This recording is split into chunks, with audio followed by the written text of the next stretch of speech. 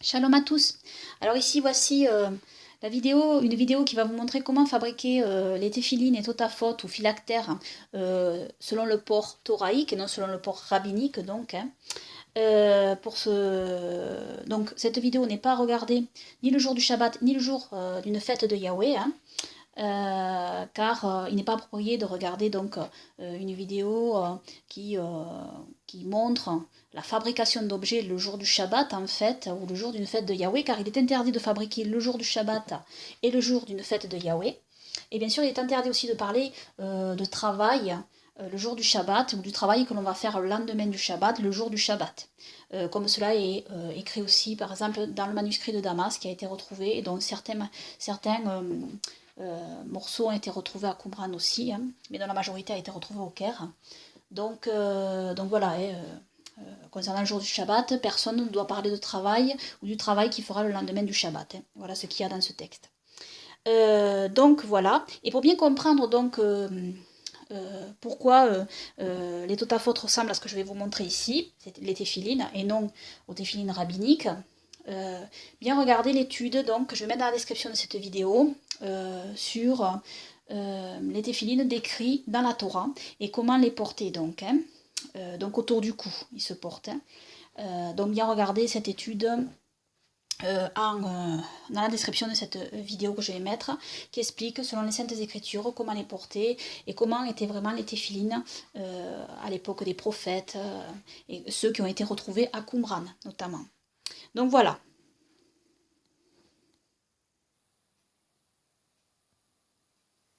Shalom à tous. Donc ici, comme je vous l'ai dit dans mon étude, je fais donc cette vidéo pour vous montrer comment faire les totafot.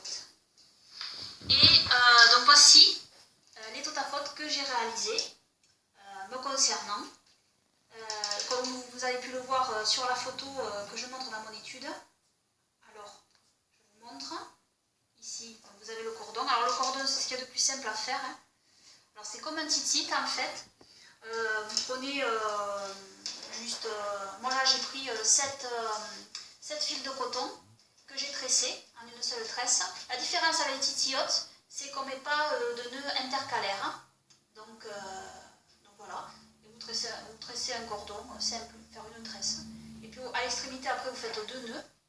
Et puis après un nœud pour fermer le cordon, puis on le passe par la tête en fait. Donc ça c'est simple. Alors pour l'étui donc, alors je vous montre juste un exemple. Alors ça c'est le tissu que je vais me servir pour mon père, pour faire les totafot de mon père. Donc ce qu'il faut faire, c'est une fois que vous avez vos 4 petits rouleaux, je vais vous montrer après comment faire les 4 petits rouleaux. Je vais vous montrer comment les faire après. Donc, vous voyez, il y a 4 petits rouleaux ici,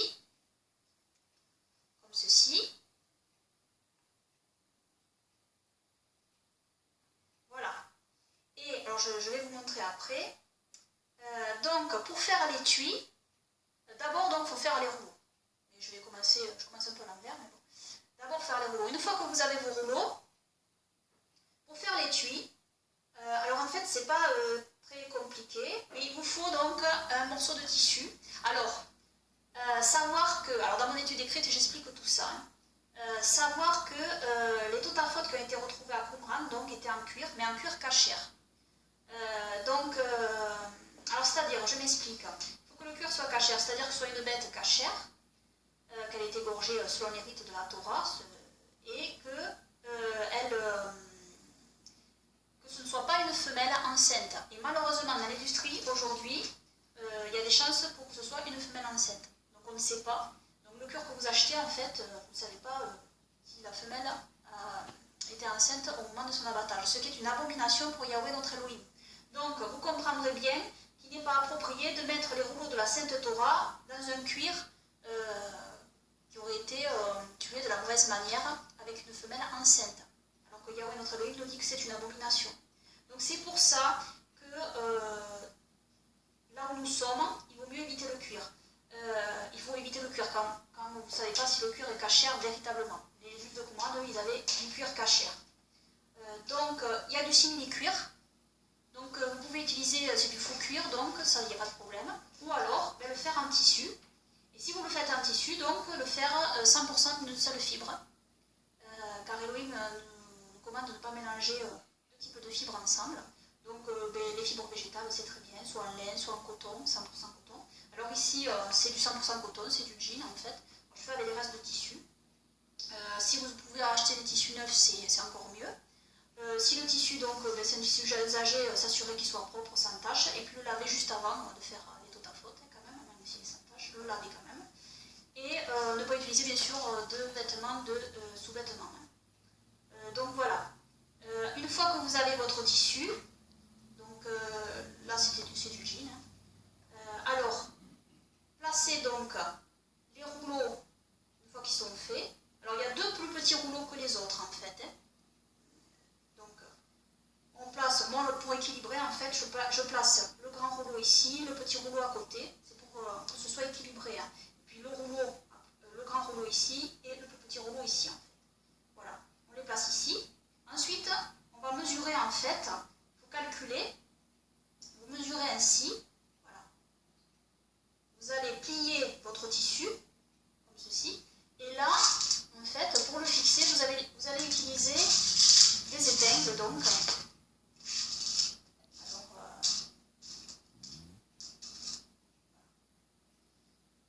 Alors c'est pas évident à accrocher, il faut le serrer en fait, il faut que ce soit le plus serré possible.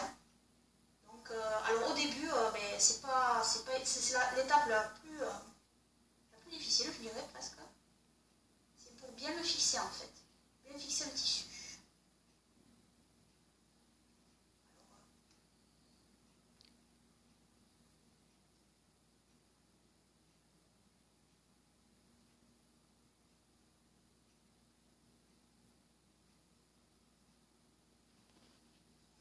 Alors s'il bouge, voilà, c'est pas grave. Après, c'est avec l'autre épingle qu'on va bien le serrer en fait.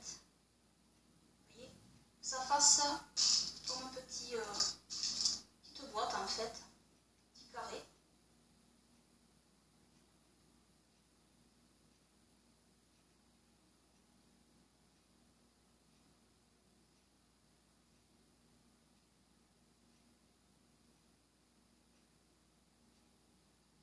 Que ce soit très serré.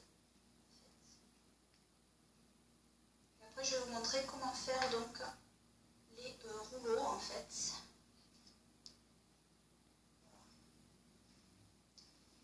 Donc attendez, parce que il faut quand même que ce soit droit en même temps. Parce que si c'est pas droit,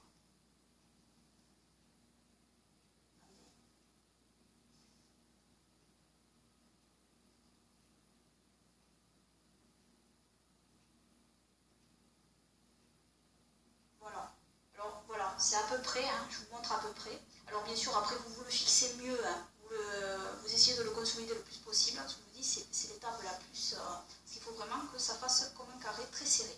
Et après, une fois que vous avez votre tissu ici, donc ce que vous faites, c'est que vous cousez là, ici, sur le bord, vous faites une couture, proche possible des rouleaux, vous gardez les rouleaux à l'intérieur, vous faites une couture ici, et une couture ici, avec un fil voilà, que vous choisissez. Alors là c'est un marron foncé, si Elohim le permet, ma mère mettra un fil clair, parce que c'est elle qui coud, hein.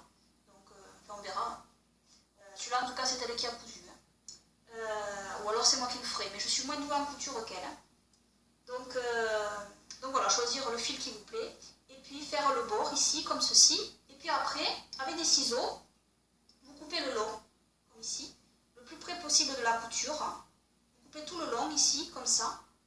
Et alors ici, bien sûr, mesurez aussi le rabat. Vous allez mesurer le rabat. Alors vous mesurez un rabat voilà, qui arrive un peu comme un petit sac en fait, c'est un étui.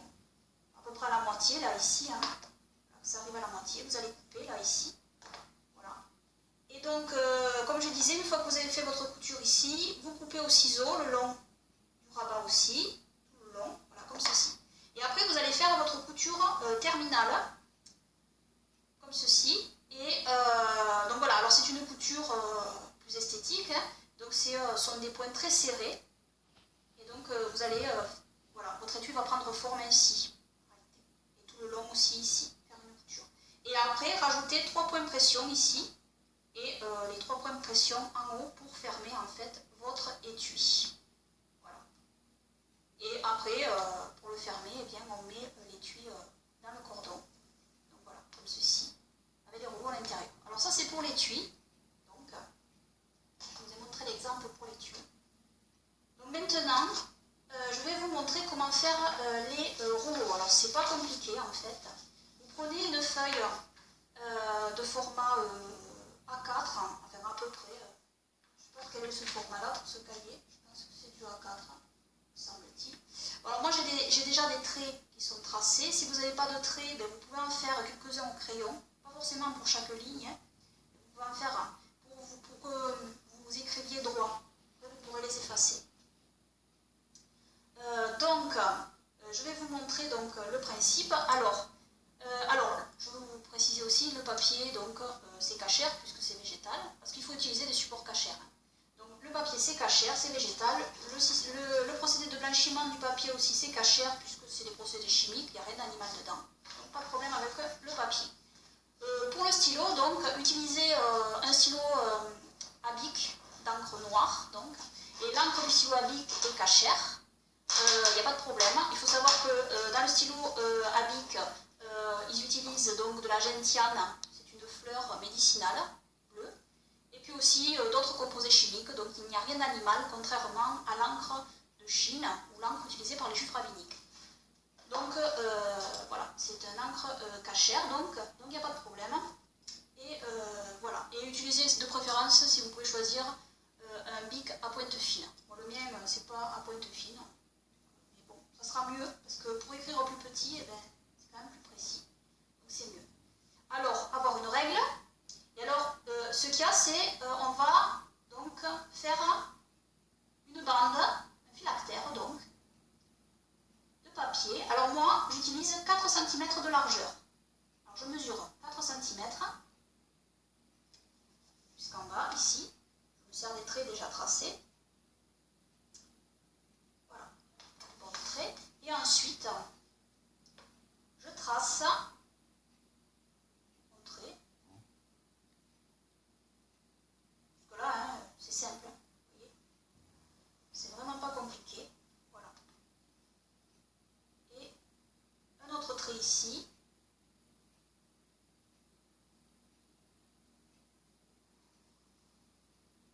Voilà. Ensuite, on découpe.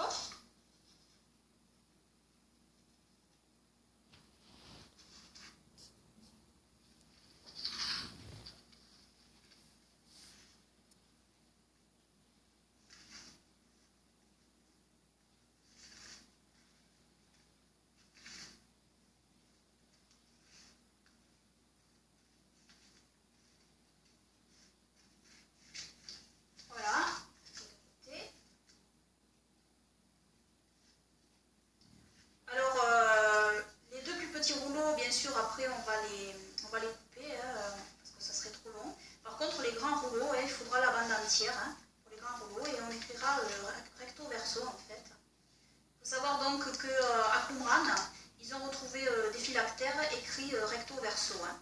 Alors il y a 2 techniques qui ont été retrouvées à Qumran. Il y a une technique où en fait les phylactères ont été retrouvés écrits, enfin apparemment ce que j'ai vu, ce que j'ai compris, ils ont été retrouvés écrits à l'horizontale avec des colonnes, comme ceci. Ou alors certains ont été retrouvés dans une seule colonne, comme ceci, écrits donc dans ce sens, verticalement, et recto verso aussi. Recto verso. Donc, là je coupe en gros aussi là. Je suis le trait en fait, moi, pour que j'ai des lignes, ça m'aide. Si vous avez des... Voilà. Alors voici votre phylactère de papier. Alors, le premier passage, dans le plus petit rouleau, c'est la Torah de l'Exode, chapitre 13, versets 1 à 9. Alors ce que je fais, j'utilise donc la Bible massorétique, parce que je regarde le plus proche, en fait, vous voyez, voilà. Alors, Exode chapitre 13, ça c'est le premier.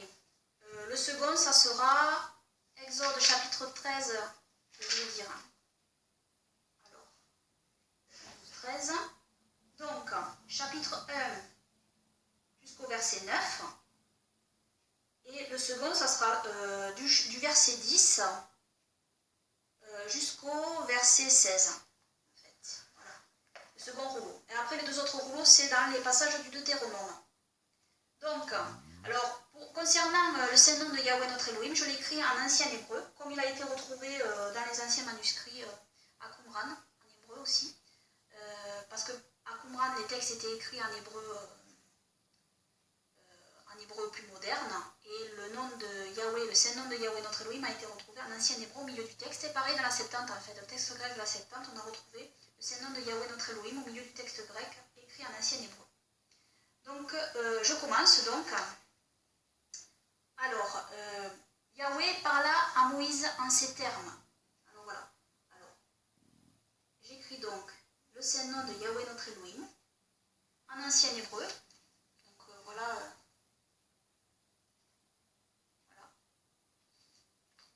Ensuite, alors, il faut écrire assez petit et assez serré, mais que ça reste lisible, bien sûr.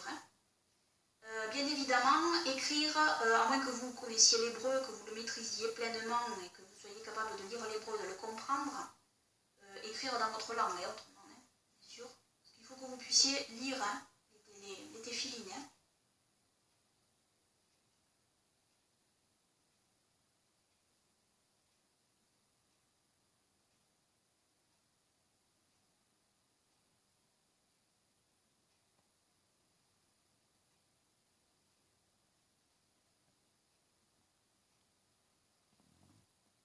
Voilà ce que ça donne. J'ai écrit 3 petites lignes.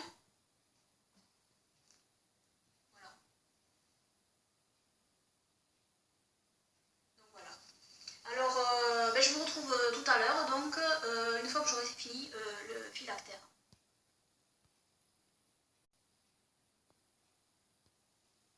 Donc voilà, j'ai fini de recopier le premier rouleau. Comme je vous l'ai dit, je vais couper ici parce que le texte est plus court. Mais pour les autres rouleaux, vous aurez besoin de toute la bande de papier et même du verso. Donc je vais vous donner après les références des textes. Mais vous les avez dans mon étude écrite. Et alors je vous recommande la traduction que j'ai mis dans mon étude écrite parce que j'ai essayé sur certains versets de rester au plus proche en fait du mot à mot. Donc voilà. Donc ici je coupe donc. Voilà. Donc j'ai mon petit rouleau ici. Voilà. Alors, ensuite, on va devoir plier.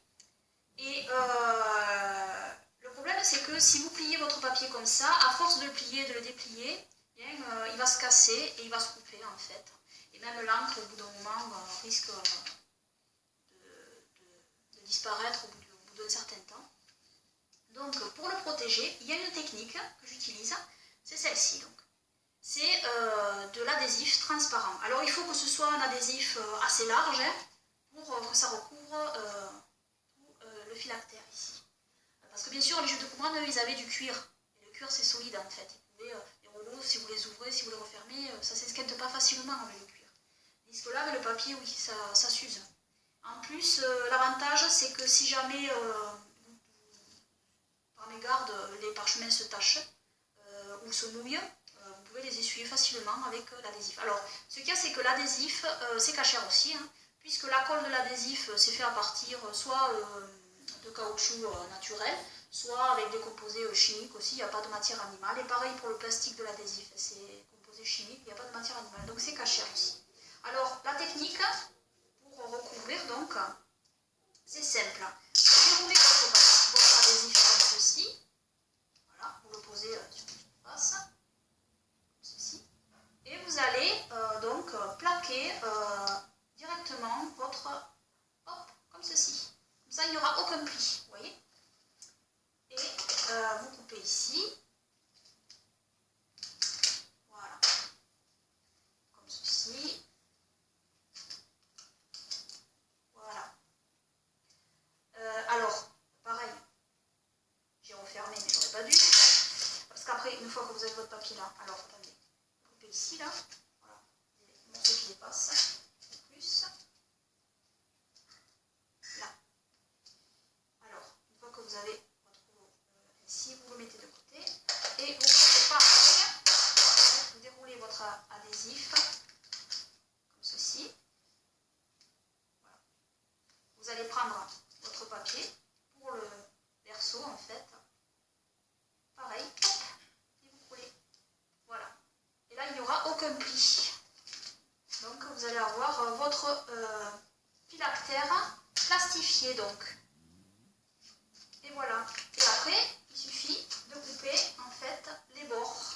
Hein, vous voyez? Vous coupez les bords comme il faut, près de la feuille. C'est possible, comme ceci. Vous voyez, c'est assez simple. Hein? Et ça va protéger, donc, votre phylactère. Il sera un joli plus fini aussi, hein. Ça fait ressortir l'encre. Voilà. Et après, je vais vous montrer donc, la technique de pliage que j'utilise. C'est celle que j'ai trouvée qui est le mieux. Vous voyez, bon, il y a plusieurs techniques de pliage. Hein. Voilà.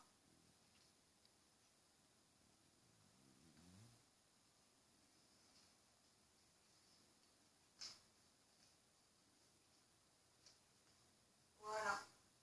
Alors, pour plier, alors voilà, c'est pas trop compliqué pour le pliage.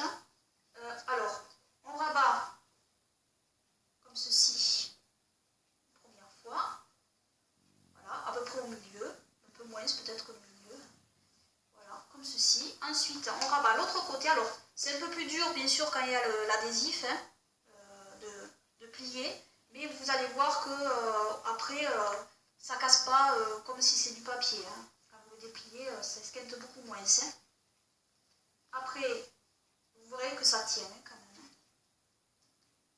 Donc, voilà, vous pliez l'autre côté, comme ceci, vous voyez. Voilà. Et les autres seront beaucoup plus longs, donc. Hein. Voilà. Et après, voilà, on plie comme il faut. Après, ben, vous prenez l'extrémité ici, vous pliez, donc, comme ceci. Vous allez faire un petit pli comme ça. Un deuxième rabat, comme ceci, le plus serré possible, hein, en fait. Et après, vous prenez le bord, vous le prenez au bord, comme ceci. Et vous roulez, en fait, comme un rouleau. Voilà. Vous roulez. Alors après, ça va prendre un peu plus la forme, bien sûr. Et donc, voilà. Vous roulez jusqu'à la fin. Alors, ça fait des petites pliures entre, mais c'est pas grave. Hein.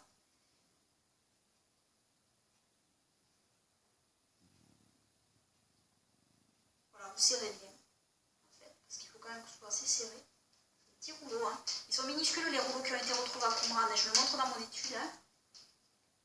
C'est tout petit.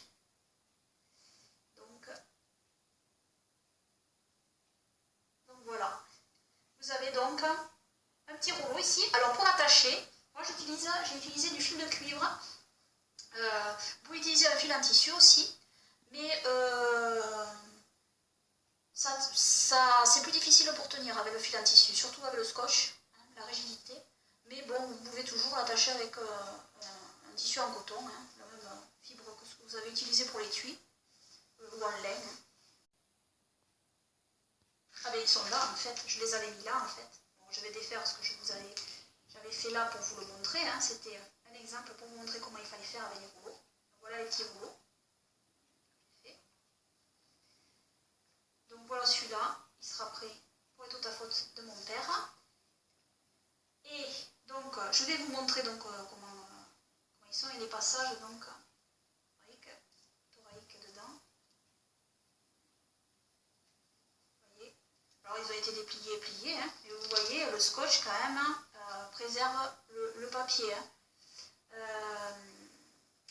Donc ici c'est le deuxième rouleau en fait ici. Hein. Alors celui-là c'est le premier donc. Comme je vous ai dit, c'est la Torah de l'Exode, chapitre 13, versets 1 à 9. Et l'autre, ça sera Torah de l'Exode, chapitre 13, versets 10 à 15. Donc, voilà le premier rouleau. Yahweh parla à Moïse en ces termes, consacre-moi tout premier-né, toute prémisse des entrailles parmi les fils d'Israël, soit homme, soit animal, c'est mon bien. Et Moïse dit au peuple qu'on se souvienne de ce jour où vous êtes sortis de l'Égypte, de la maison de servitude, alors que par la puissance de sa main, Yahweh vous a fait sortir d'ici, et que l'on ne mange point de pain levé. C'est aujourd'hui que vous partez dans le mois Aviv, du nouveau grain. Donc, lorsque Yahweh t'aura fait entrer dans le pays du Cananéen, du Héthéen, de l'Amoréen, du Hévéen et du Jébuséen, pays qu'il a juré à tes pères de te donner, pays ruisselant de lait et de miel, tu célébreras cette cérémonie dans ce même mois, 7 jours durant, tu te nourriras d'azim. Le 7e jour, fête en l'honneur de Yahweh. On se nourrira de pain azim durant ces 7 jours, et l'on ne doit voir chez toi ni pain levé, ni levain dans toutes tes possessions. Tu donneras alors cette explication à ton fils. C'est dans cette vue que Yahweh a agi en ma faveur quand je sortis d'Égypte. Et ce sera pour toi, pour signe, sur ou près de ta main, pour mémorial entre tes yeux, afin que la doctrine de Yahweh reste dans ta bouche, que d'une main puissante, Yahweh t'a fait sortir d'Égypte. Amen. Voilà, moi j'avais mis, j'avais pas traduit tout à fait comme je vous le dis là, hein, mais la traduction que je donne là maintenant, c'est la plus proche du texte. Donc voilà, pour le premier rouleau. Alors le second rouleau, c'est la Torah de l'Exode. Alors, à Qumran, en fait, en plus de ce passage de la Torah de l'Exode, du premier rouleau, ils ont commencé un peu en amont, en fait, à partir de la fin du chapitre 12, en fait, où il est question qu'aucun incirconcis ne doit manger la Pâque. Donc voilà, vous pouvez le rajouter si vous voulez. Moi, je ne l'ai pas mis, donc vous pourrez le mettre si vous le voulez. Donc ensuite, la Torah de l'Exode, chapitre 13, versets 10 à 16. Tu observeras cette institution, Pessah, en son temps, à chaque rendez-vous, lorsque Yahweh t'aura introduit dans le pays du Cananéen, selon ce qu'il a juré à toi et à tes pères, et qui te l'aura livré. Tu céderas à Yahweh toute prémisse des entrailles, tout premier-né des animaux qui t'appartiendront, s'il est mâle sera à Yahweh.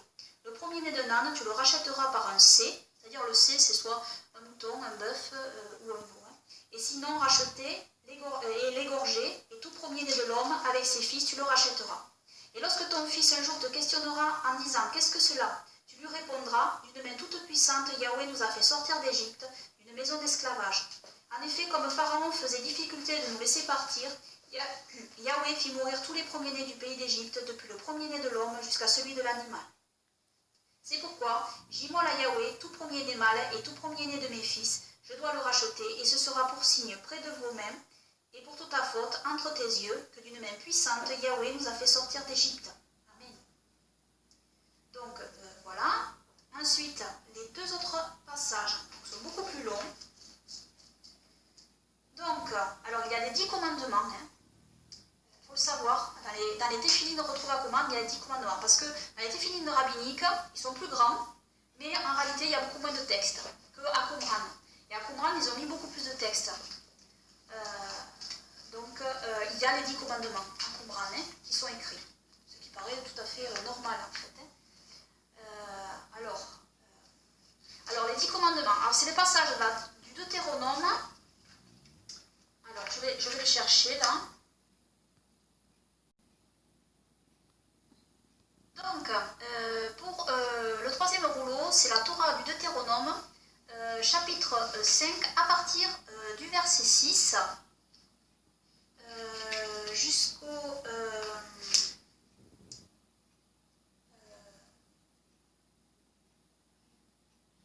verset 9, jusqu'au verset, ah oui voilà, excusez-moi, tout le chapitre, en fait, c'est tout le chapitre 5 du Deutéronome à partir du verset 6, et le début du chapitre 6 jusqu'au verset 9, en fait.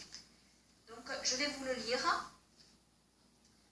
Je suis Yahweh ton Elohim qui t'ai fait sortir du pays d'Égypte, d'une maison d'esclavage. Tu n'auras point d'autre Elohim que moi, tu ne te feras point d'idole, d'image de quoi que ce soit dans les cieux, en haut, en bas, dans la terre et dans les eaux sous la terre. Tu ne te prosterneras point devant elles, tu ne les adoreras point, car moi seul Yahweh, je suis ton Elohim, Elohim jaloux qui poursuit le crime des pères sur la 3e et la 4e génération pour ceux qui m'offensent, et qui étend mes faveurs à la 1000e pour ceux qui m'aiment et gardent mes commandements. Tu n'invoqueras point le nom de Yahweh ton Elohim à l'appui du mensonge. Entre parenthèses, j'ai rajouté en vain. Car Yahweh ne laisse pas impuni celui qui invoque son nom pour le mensonge. Observe le jour du Shabbat pour le sanctifier comme te l'a prescrit Yahweh ton Elohim. Durant 6 jours, tu travailleras et t'occuperas de toutes tes affaires. Mais le 7e jour, Shabbat pour Yahweh ton Elohim. Tu n'y feras aucun travail, ton fils, ni ta fille, ton serviteur mâle ou femelle, ton bœuf, ton âne, ni tes autres bêtes non plus que l'étranger qui est dans tes murs. Car ton serviteur et ta servante doivent se reposer comme toi. Et tu te souviendras que tu fus esclave au pays d'Égypte et que Yahweh ton Elohim t'en a fait sortir d'une main puissante et d'un bras étendu. C'est pourquoi Yahweh ton Elohim t'a prescrit d'observer le jour du Shabbat. Honore ton père et ta mère comme te l'a prescrit Yahweh ton Elohim, afin de prolonger tes jours et de vivre heureux sur la terre, que Yahweh ton Elohim te destine. Ne commets point de meurtre, ne commets point d'adultère, ne commets point de vol, ne porte point contre ton prochain un faux témoignage. Ne convoite point la femme de ton prochain et ne désire point la maison de ton prochain, ni son champ, ni son serviteur, ni sa servante, ni son bœuf, ni son âne, ni rien de ce qui est à ton prochain. Ces paroles, Yahweh les adressa à toute votre assemblée sur la montagne du milieu des feux, de nuées et de la brume, des nuées et de la brume. D'une voix puissante, sans y rien ajouter, puis il les écrivit sur 2 tables de pierre qu'il me remit. Or, voici la loi, les statuts et les règles que Yahweh votre Elohim m'a ordonné de vous enseigner et que vous avez à suivre dans le pays dont vous allez prendre possession, afin que tu révères Yahweh ton Elohim en observant tous ses statuts et ses préceptes, que je te transmets, toi et ton fils et ton petit-fils, tout le temps de votre vie, et afin que vos jours se prolongent. Tu écouteras donc Israël, et tu observeras avec soin afin de prospérer et de multiplier sans mesure, ainsi que Yahweh l'Elohim de tes pères te l'a promis, dans ce pays ruisselant de lait et de miel. Écoute Israël, Yahweh est notre Elohim, Yahweh est Erad, un. Tu aimeras Yahweh ton Elohim de tout ton cœur, de toute ton âme et de tout ton pouvoir. Ce sont ces paroles que je t'impose aujourd'hui, sur ou près de ton cœur. Tu les inculqueras à tes fils et tu t'en entretiendras soit dans ta maison, soit en voyage, en te couchant et en te levant. Et tu les attacheras pour signe sur ou près de ta main, et elles seront pour toute ta faute entre tes yeux. Et tu les écriras sur ou près des poteaux de ta maison et dans tes portes. Amen. Donc voilà, pour ces passages-là. La majorité des passages que je vous donne, les passages que je vous donne là, c'est la majorité de ceux qui ont été retrouvés sur les phylactères. Certains phylactères, il y avait d'autres passages rajoutés, ce qui peut présumer qu'en fait, selon moi, qu'ils mettaient plusieurs en fait totafotes aussi, ils pouvaient porter plusieurs totafotes avec d'autres rouleaux. Par exemple, ils ont retrouvé aussi le Deutéronome chapitre 33, où il est question de Yeshurun, d'Israël, qui est rebelle en fait envers Yahweh notre Elohim. Voilà, il y avait d'autres passages. Et moi j'ai rajouté donc le passage du Deutéronome chapitre 18 à la suite ici, qui parle donc du prophète annoncé comme Moïse et que nous devons suivre. Et bien sûr, c'est notre Seigneur et Sauveur Yahushua. Donc voici le passage. C'est la Torah du Deutéronome, chapitre 18. Voici, concernant ce passage, donc c'est la Torah du Deutéronome, chapitre 18, versets 15 à 19. Donc, c'est un prophète sorti de tes rangs, un de tes frères comme moi, que Yahweh ton Elohim suscitera en ta faveur. C'est lui que vous devez écouter. Absolument comme tu l'as demandé à Yahweh ton Elohim au mont Horeb le jour de la convocation, quand tu as dit « Je ne veux plus entendre la voix de Yahweh mon Elohim et ce feu intense, je ne veux plus le voir de peur d'en mourir. » Et Yahweh me dit alors « Ils ont bien parlé. Je leur susciterai un prophète du milieu de leurs frères, tel que toi, et je mettrai mes paroles dans sa bouche et il leur dira tout ce que je lui ordonnerai. Et alors celui qui n'obéira pas à mes paroles, qui l'énoncera en mon nom, c'est moi qui lui demanderai compte.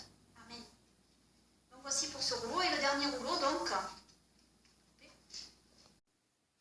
Donc pour le dernier parchemin, donc, ça sera la Torah du Deutéronome, chapitre 10, versets 12 à 22 donc. Et ensuite en suivant, le chapitre 11, verset 1 jusqu'au verset 21. Donc je vais vous le lire. Et maintenant, ô Israël, ce que Yahweh ton Elohim te demande uniquement, c'est de révérer Yahweh ton Elohim, de le suivre en toutes ses voies, de l'aimer, de le servir de tout ton cœur et de toute ton âme, en observant les préceptes et les lois de Yahweh que je t'impose aujourd'hui pour devenir heureux. Vois, Yahweh ton Elohim possède les cieux et les cieux des cieux, la terre et tout ce qu'elle renferme. Et pourtant, ce sont tes pères qu'a préféré Yahweh, se complaisant en eux, et c'est leur postérité après eux. C'est vous qui l'avez adopté entre tous les peuples, comme vous le voyez aujourd'hui. Supprimez donc l'impureté de votre cœur et cessez de raidir votre cou. Car Yahweh votre Elohim, c'est l'Elohim des Elohim et le maître des maîtres, Elohim souverain, puissant et redoutable, qui ne fait point exception de personne, qui ne cède point à la corruption, qui fait droit à l'orphelin et à la veuve, qui témoigne son amour à l'étranger en lui assurant le pain et le vêtement. Vous aimerez l'étranger, vous qui fûtes étrangers dans le pays d'Égypte. C'est Yahweh ton Elohim que tu dois révérer, c'est lui que tu dois servir. Attache-toi à lui seul, ne jure que par son nom. Il est ton honneur, il est ton Elohim, celui qui a fait pour toi ces grandes et prodigieuses choses que tes yeux ont vues. Tes ancêtres étaient 70 âmes quand ils vinrent en Égypte, et maintenant, Yahweh ton Elohim t'a multiplié comme les étoiles du ciel. Tu aimeras donc Yahweh, tu observeras ses lois, ses statuts, ses préceptes en tout temps. Reconnaissez en ce jour, car ce n'est pas à vos enfants que je parle, eux qui ne connaissent pas, qui n'ont point vu. Reconnaissez les enseignements de Yahweh votre Elohim, sa grandeur, sa main puissante et son bras étendu. Les signes et les œuvres qu'il a opérées au sein de l'Égypte, sur Pharaon, roi d'Égypte, et sur ton pays, ce qu'il a fait à l'armée égyptienne, à ses chars et à sa cavalerie, alors qu'il les submergea sous les eaux de la mer Rouge, quand ils vous poursuivaient, et que Yahweh les fit disparaître jusqu'à ce jour. Ce qu'il a fait pour vous dans le désert jusqu'à votre arrivée en ce lieu, ce qu'il a fait à l'égard de Dathan et d'Abiram, fils d'Eliab, descendant de Ruben, quand la terre ouvrit son sein et les engloutit avec leurs familles et leurs tentes, et tous leurs adhérents à la vue d'Israël entier. Ce sont vos propres yeux qui ont vu toutes ces grandes œuvres opérées par Yahweh. Gardez donc tous les commandements que je vous donne aujourd'hui. Alors vous serez forts et vous obtiendrez la possession du pays où vous allez pour le conquérir.